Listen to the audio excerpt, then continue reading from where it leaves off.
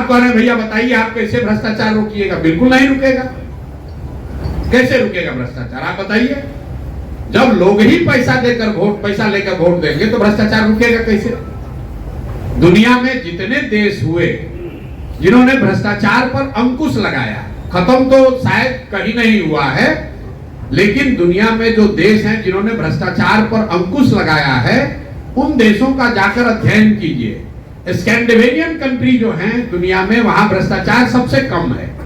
Finland में, Sweden में, Denmark में, उन देशों में भ्रष्टाचार सबसे कम है। कैसे उन्होंने कम किया? उन्होंने 4 बातें करी। पहली बात, उन्होंने ईमानदार जनप्रतिनिधियों का चुनाव किया है। ईमानदार जनप्रतिनिधि, किसी के माथा पर तो लिखा नहीं है कि कौन ईमानदार है कौन चोर है। ईमानदारी तब आएगी जब अपने जनप्रतिनिधि को आप अकाउंटेबल बनाइएगा कि भैया तुम चोरी करोगे, तुम गलत करोगे, काम नहीं करोगे तो अगली बार तुमको हरा देंगे। तो धीरे धीरे लोग सुधरने लगते हैं। जैसे मान लीजिए बिहार में ही नल जल में लूट हुआ तो जितना वार्ड सदस्य लोग लड़े थे सब चुनाव हार गए, तो अगली बार चोरी करने से थोड़ा पहले डरेगा। लेकिन बिहार में विधायक कितना भी लूट ले जात के नाम पर वोट तो आप उसी को दीजिएगा। आपका सांसद कितना भी बड़ा चोर हो, वोट तो उसी को आपको देना है। उन देशों ने अपने जनप्रतिनिधियों को अकाउंटेबल बनाया, अच्छे लोगों को चुना। दूसरा उन्होंने काम क्या किया कि सत्ता और संसाधन का बड़े पैमाने पर विकेंद्रीकरण किया। बिहार में आप और हम सुनते हैं अफसरशाही बहुत है। क्यों? क्योंकि मुख्यमंत्री और उनके अगल बगल के 4 अफसर ही पूरा राज्य चला रहे हैं। पूरा जो सत्ता है, पूरा जो संसाधन है वो 4-5 लोगों के हाथ में ही है। कहने के लिए मंत्री परिषद है, कहने के लिए विधायक है, कहने के लिए मुखिया सरपंच प्रमुख हैं, लेकिन किसी के हाथ में कुछ नहीं है। 5 अफसर बैठकर जो निर्णय लेते हैं वही सब लोग को करना है। तो सत्ता और संसाधन दोनों का बड़े पैमाने पर विकेंद्रीकरण होना चाहिए। पंचायती राज एक्ट में लिखा हुआ है कि सरकारों को 1/3 विकास का राशि पंचायती राज के माध्यम से खर्च करना है। और बिहार में पिछले 30 वर्ष में कुल 3-3.25% पैसा ही पंचायती राज के माध्यम से खर्च हो रहा है। सब अफसर खर्च कर रहे हैं। तीसरा, इन देशों ने क्या किया, उन्होंने बड़े पैमाने पर जन भागीदारी की बात करी। अभी बिहार में कोई अगर योजना केंद्र सरकार की चल रही है, आपको पता ही नहीं है कि योजना चल रही है कि नहीं चल रही है। आयुष्मान कार्ड बट रहा है, आधी जनता बिहार की उसको पता ही नहीं है कि आयुष्मान कार्ड में हमको मिल रहा है कि नहीं मिल रहा है। आयुष्मान कार्ड चलाने वाले लोग हमसे आकर मिलते हैं कि भैया कैंप लगाते हैं, जाते हैं, समझाते हैं, फिर भी लोग कार्ड नहीं बनवा रहा है। किसान को 6,000 रुपया मिलना है, 6,000 से कुछ होना नहीं है, लेकिन फिर भी वो भी 6,000 किसान नहीं ले रहा है। जो सरकारी योजनाएं चल रही हैं या जो आपके लिए बनी है वो आपकी जानकारी में नहीं है। गरीब आदमी को तो बिल्कुल ही जानकारी नहीं है। और चौथा, उन देशों ने टेक्नोलॉजी का बड़े पैमाने पर प्रयोग किया। फिर मैं नल जल का उदाहरण दूंगा। सरकार ने 25,000 करोड़ से ज्यादा खर्च किया नल जल पर। अगर सरकार ने 200-300 करोड़ रुपया लगाकर, जैसे बिजली का स्मार्ट मीटर लगा रहे हैं, वैसे अगर नल जल में भी स्मार्ट मीटर लगा होता तो पटना में बैठकर सरकार को यह जानकारी होती कि कितने बजे मीटर ऑन हुआ, कितना पानी निकला, कितना पानी किसने कंज्यूम किया। तो ये 4 चीज करके ही भ्रष्टाचार पर अंकुश लगाया जा सकता है। पहला, सही प्रतिनिधियों का चुनाव। दूसरा, बड़े पैमाने पर सत्ता और संसाधन का विकेंद्रीकरण। तीसरा, जन भागीदारी। और चौथा, टेक्नोलॉजी का प्रयोग। इन चारों के समायोजन से भ्रष्टाचार पर अंकुश लगाया जा सकता है, खत्म नहीं किया जा सकता है। कोई आकर कह रहा है नेता, अरे हमको वोट दे दो, हम आएंगे सब ठीक कर देंगे, तो आपको सिरे से मूर्ख बना रहा है या खुद बड़ा मूर्ख है। ये संभव नहीं है। आपने देखा इस देश में जन लोकपाल का नाम आया कि ये कानून बनेगा, देश से भ्रष्टाचार खत्म हो जाएगा। जो लोग इसका आंदोलन किए वही लोग भ्रष्टाचार में जेल में गए हैं। अगर इतना आसान होता तो आप समझिए देश, पूरे दुनिया में सैकड़ों देश हैं, आप ही और हमको सबसे ज्यादा बुद्धि है, दूसरे देश वाले जन लोकपाल नहीं बना देते और सब भ्रष्टाचार खत्म हो जाता है। कोई सिल्वर बुलेट नहीं है कि बस एक कानून बनाए और भ्रष्टाचार खत्म हो गया। ये सतत प्रक्रिया है। जैसे जैसे व्यवस्था को अकाउंटेबल बनाइएगा वैसे वैसे भ्रष्टाचार कम होता जाएगा। जैसे जितना आपका व्यवस्था अकाउंटेबल नहीं होगा, उतना आपको भ्रष्टाचार बढ़ेगा। नेता इसलिए भ्रष्टाचार कर रहा है कि उसके मन में हारने का डर नहीं है। उसको मालूम है कि बिहार की जनता हम कितना भी लूटपाट मचा ले, अंत में आकर वोट हमको ही देगा। जाति के नाम पर दे या लालू के डर से दे या भाजपा के डर से दे, वोट हम ही को देगा। पूरे देश में 5 राज्य ऐसे हैं जहां देश की 1/3 इकोनॉमी है। केरल, तमिलनाडु, कर्नाटक, आंध्र प्रदेश और तेलंगाना। ये 5 राज्य 1/3 देश की इकोनॉमी इन्हीं 5 राज्य में है। इन 5 राज्यों में अलग अलग भाषा बोली जाती है, अलग अलग विचारधारा वाले पार्टियों का शासन है, अलग अलग उनकी टोपोग्राफी है, डेमोग्राफी अलग अलग है। बावजूद इसके एक चीज कॉमन है 5 राज्य में। 5 राज्य में कॉमन यह है कि पिछले 78 साल में कोई भी नेता वहां 10 वर्ष से ज्यादा लगातार मुख्यमंत्री बना ही नहीं है। वहां पर जनता हर 5 वर्ष पर उनको पलटते रहती है। तो नेता सब डर के मारे काम करता है कि काम नहीं करेंगे जनता हटा देगी। तो केरल में, कर्नाटक में, तमिलनाडु में तरक्की हो रहा है, फिर भी जनता वहां पलट रही है। और बिहार में 30-35 साल से लालू नीतीश ही है, फिर भी हम लोग को उसी को वोट देना है। तो भाई कैसे सुधार होगा? नहीं सुधार होगा। अगर सुधार चाहिए तो नेताओं को के मन में आपको वोटर क्या डर बैठाना पड़ेगा कि भाई काम नहीं करोगे तो तुम्हारे खिलाफ वोट करेंगे। अब एक अंतिम बात, कुछ लोग कहता है भाई जनसुराज पर क्यों भरोसा करें, जनसुराज पर क्यों भरोसा करें। जैसे पहले का लोग आकर बढ़िया बोला, गलत काम किया तो जनसुराज भी ये काम कर सकता है। बिल्कुल ठीक बात है, बिल्कुल जनसुराज पर भी भरोसा मत कीजिए, क्योंकि चुनाव से पहले तो सब आदमी अच्छे बोलता है। फिर आपको क्यों जनसुराज को चुनना चाहिए? हम आपको बता रहे हैं क्यों चुनना चाहिए। मान लीजिए कि आपको कोई बीमारी है और आप हर डॉक्टर से यहाँ लखीसराय, बेगूसराय, पटना सब दिखाकर थक गए। डॉक्टरों ने कह दिया आपकी बीमारी लाइलाज है, इसका कोई दवा नहीं है, भैया आप दवा अब खान पान में संयम रखिए, जीवन जैसे चल रहा है चलाइए, अब ये रोग ठीक नहीं होगा। आप उदास होकर घर बैठ जाइएगा। एक दिन डॉक्टर साहब फिर फोन करेंगे आपको कि भाई जरा आइए, एक नई दवा आई है, पूरा प्रमाणित तो नहीं है लेकिन 20% संभावना है कि शायद ये दवा आपके रोग को ठीक कर दे। आप भागते हुए डॉक्टर के पास जाइएगा, चलिए साहब 20% चांस से हमको ट्राई करके देखिए, कीजिएगा कि नहीं कीजिएगा? तो भैया जो पहले के दल हैं यहाँ, जो राजद है, जदयू है, कांग्रेस है, भाजपा है, ये वो एक्सपायर दवा है जिसको आपने खाया, पिया, टेस्ट कर लिया, देख लिया, जान गए कि इससे सुधार नहीं होने वाला है। जनसुराज नई दवा है जो शायद काम कर जाए, शायद काम न भी करे, इसलिए इसको ट्राई कीजिए। अगर ट्राई कीजिएगा नहीं काम करेगा, 5 वर्ष के बाद फिर अपना वही एक्सपायरी दवा पर चले जाइएगा। लेकिन कम से कम ट्राई तो करो भाई।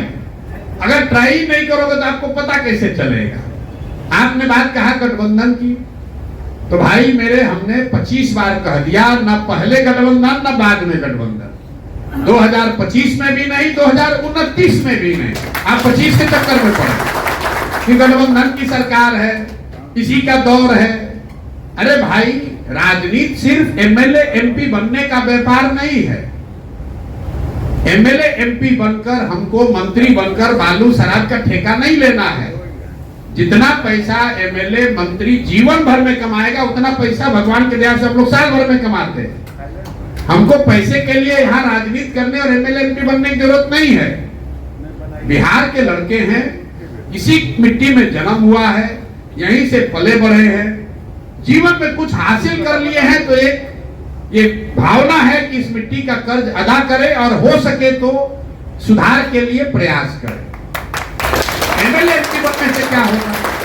और राजनीति का मतलब सिर्फ चुनाव नहीं है।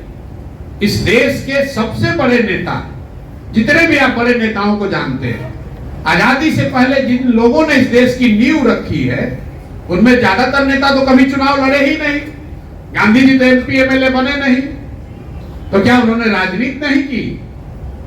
राजनीति सिर्फ चुनाव लड़ना नहीं है, राजनीति समाज की आवाज बनना भी है, राजनीति समाज के विषयों को उठाना भी है।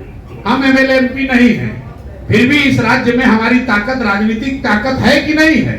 हम जा रहे हैं, 1000 आदमी खड़ा होता है, हम जाते हैं, सुबह शाम तक पत्रकार हमसे बात करने के लिए लाइन लगा खड़े हैं, जितना एमएलए पीछे ना समझे।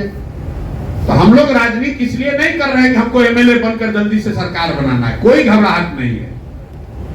आपको बिल्कुल एक चीज बता दें, जब तक मैं इस व्यवस्था से जुड़ा हूं, इसके ईमानदारी और इसके शुद्धता में कोई कमी नहीं आएगी, चाहे जीते या हारे, उसमें कोई सवाल ही नहीं है चेंज होने का। और हमारे कहने पर मत जाइए। हम लोग हिंदी में कहते हैं कि कथनी पर नहीं, करनी को देखिए। कथनी पर मत जाइए, बोलने को तो सब अच्छा ही बोल रहा है, जो हम कर रहे हैं उसको देखिए। हम 2.5 बरस 3 बरस से यहाँ पैदल चल रहे हैं। लोग क्या कहा है, अरे भाई कितना दिन चलेंगे, थक जाएंगे। कोई कह रहे इतना बिजनेसमैन आदमी है, भाग जाएंगे। अरे भाई 3 बरस से अपना घर परिवार छोड़कर गांव-गांव, जाड़ा गर्मी बरसात पैदल चले कि नहीं चले? दल 1 करोड़ लोगों को मिलाकर बनाया कि नहीं बनाया? फिर चुनाव आएगा, उसमें देखिएगा अभी 243 लड़ेंगे कि नहीं लड़ेंगे। सत्य की एक अपनी ताकत है, वो समय के साथ धीरे धीरे अपने आप लोगों को दिखेगा कि कौन सही बोल रहा है, कौन झूठ बोल रहा है। इसलिए कोई घबराने की बात नहीं, हमको कोई घबराहट ही नहीं है। दूसरे क्यों घबराए हुए, भैया कौन गठबंधन कीजिएगा? अरे भाई हमको 10 वर्ष लगेगा, हमको कोई घबराहट नहीं है, कोई घबराहट नहीं है। हम लोग रास्ते में चलते हैं, कोई आदमी आग कहता है भैया बहुत अच्छा काम कर रहे हैं, आज भी लड़के कह रहे हैं भैया एकदम हिम्मत नहीं हारना है, लगे रहना है, आज नहीं तो कल भविष्य तो आप ही का है, जनसुराज का ही है। हम अपने मन में हंसते हैं। देखिए आकर भले मन से आदमी कहता है कि भैया लगे रहिएगा, समय लगेगा लेकिन होगा जरूर। कितना बड़ा मूर्ख है, वो कह रहा है कि 30 वर्ष से हमारा जीवन नरक है, 5 वर्ष और रहेगा, 10 वर्ष के बाद सुधरेगा। अरे भाई आपको तो कहना चाहिए भैया कल बदलाव होना चाहिए। वो आके कह रहा है कि होगा जरूर लेकिन 10 वर्ष में होगा। मतलब हम लोग 30 वर्ष से कुचाकर अभी मन नहीं भरा है, 10 वर्ष और कुचाएंगे तब जगेंगे। अरे भाई प्रशांत किशोर का जीवन तो बढ़िया चल रहा है, हमारा लड़का तो आज भी देश के सबसे अच्छा स्कूल में पढ़ रहा है।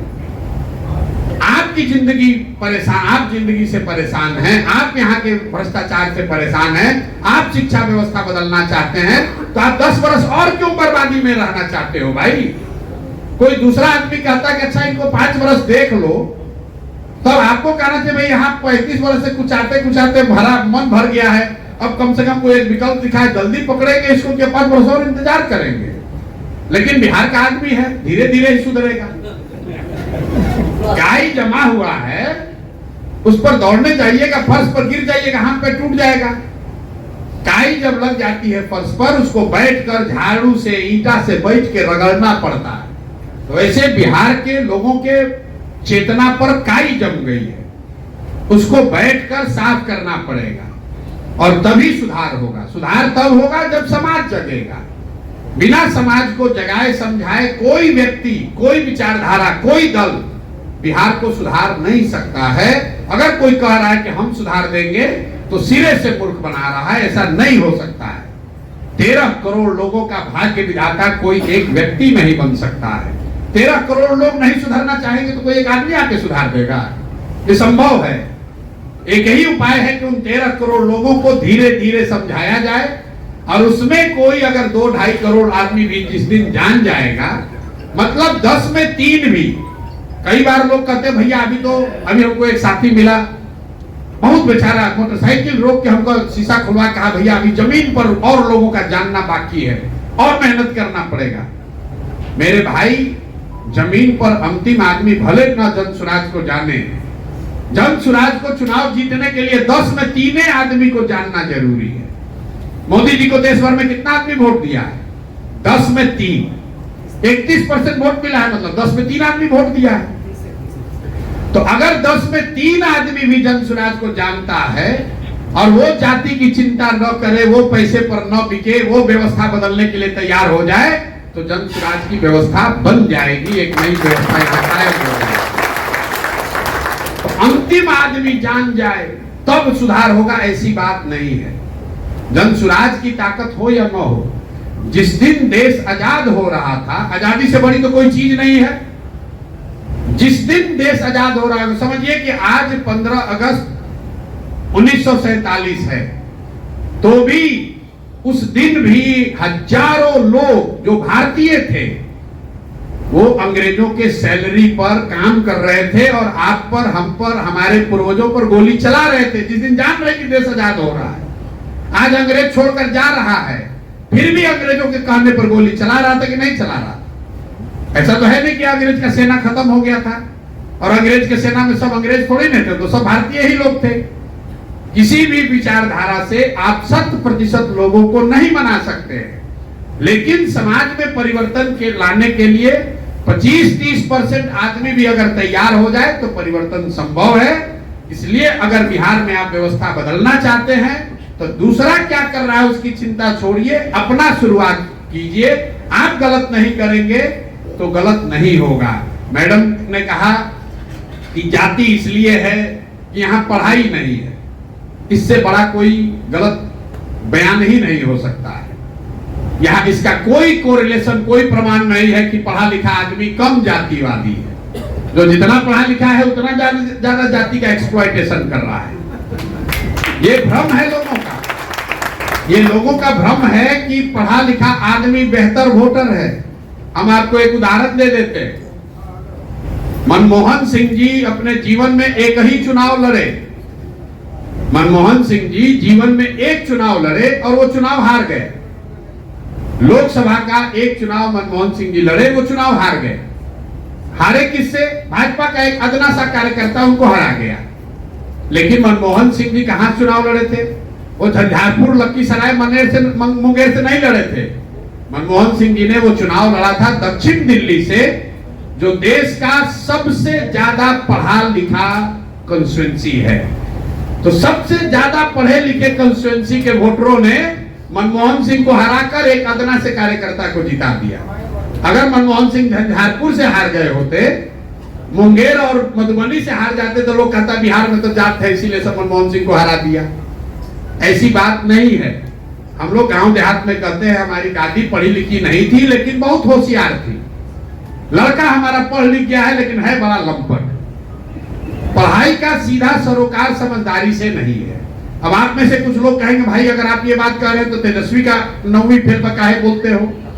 ये आपको समझा देते हैं क्यों बोलते हैं। हम ये कह रहे हैं कि पढ़ाई और समझदारी का कोई कोरिलेशन नहीं है। बिना पढ़ा लिखा आदमी भी बहुत समझदार हो सकता है। तेजस्वी के 9th फेल होने की बात इसलिए कहते हैं कि अगर परिस्थिति बस आर्थिक सामाजिक किसी वजह से आप पढ़ लिख नहीं पाए, ये संभव है।